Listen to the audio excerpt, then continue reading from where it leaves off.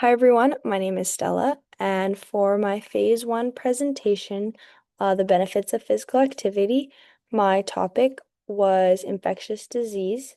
And then the article I found is titled Effects of Regular Physical Activity on the Immune System, Vaccination, and Risk of Community-Acquired Infectious Diseases in the General Population, Systematic Review and Meta-Analysis. So on the bottom left, I just have my citation, and then on the right, I have a little bit more about the article. So the authors are all professors at different universities, and they have a range of expertise. Actually, they weren't all professors, but generally they were professors.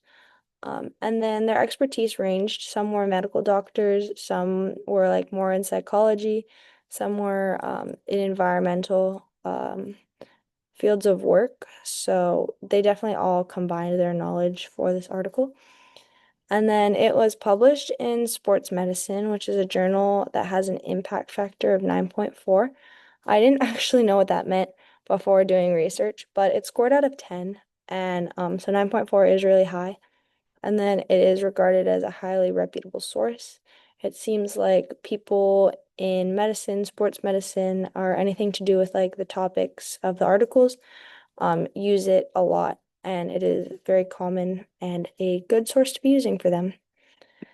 So, moving on to my introduction, this article looks at how being regularly active can affect the immune system, vaccines, and chances of getting sick from infection. Research found that people who do moderate to vigorous exercise have lower risk of catching an infection, and then they also have a lower chance of dying from infection if they do catch the infections. It also showed that exercise could improve important immune cells and then help vaccines work even better. I would say the majority of the article was about different types of cells and how exercise did affect them. And then the purpose of this study is to show how regular physical activity can keep people healthier by increasing immunity, lowering infection risk, and supporting vaccination. The researchers want to provide clear evidence that exercise should be part of public health strategies for preventing disease and handling pandemics. Um, at the time of it being published, I believe this is a 2021 article, so it was very prevalent to the pandemic, and they did think that the public health really would benefit from exercise. So for my methods for finding this source, they're pretty simple. I took my topic, I went to Google Scholar, and then I found this article. It definitely was one of the first ones I found, but I thought it had an interesting topic, and overall seems like it was pretty good for this situation. And then this is some of the results from the article. They had a lot, not a lot, but there was a few more forest plots that I did not include, but these were some of them. So the one on the left is the flow diagram for the texts that they or used or the sources that they used for the meta-analysis.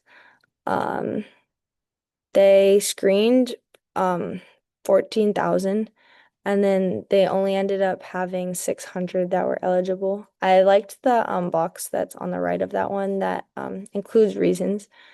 I think, yeah, 372 were just the wrong study design, 52 are the wrong intervention, etc.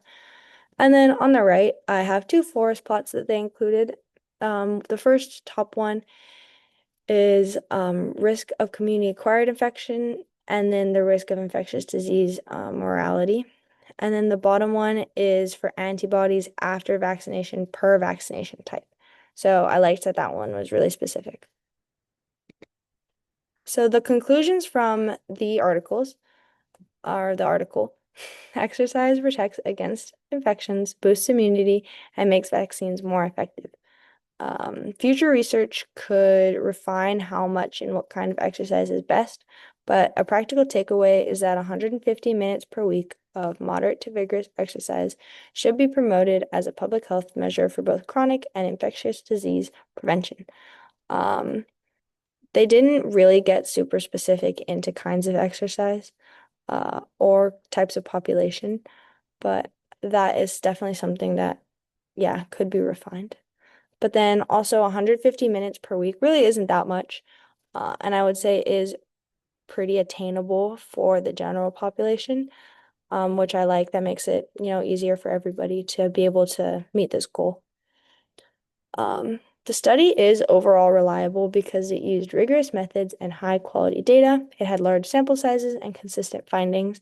I believe the overall people that they studied is like 500,000. So that's a very large sample size.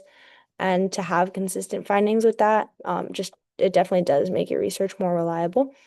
And then future research needs to clarify how much exercise, what type, and for what populations provide the best immune protection. So I kind of touched on that, but it didn't really ever specify um, into groups of what types of people, what types of exercise, what communities. It was more general. So that is something that in future research they could get into. But personally, I did really like this study, and I think it can benefit everyone. I'm really big into how can we benefit the general population, or how can everyone be affected. Um, and then a lot of people I think are unaware of the impacts of physical activity in daily life. Everyone kind of knows, like, yeah, you need to exercise, but when you get into really specific things, like it can help you battle infection or infectious disease, or it can help you battle dying from a disease. I think that is something that everybody should know because just overall in life, that'll be beneficial. And then, yeah, the study definitely can be a large motivator for people. Kind of a wake-up call that it did increase vaccinations. I know a lot of people choose to not vaccinate for personal reasons, but for the general population, like it definitely can be beneficial. So yeah, thank you for listening. I did really enjoy reading about this article and this topic. And yeah.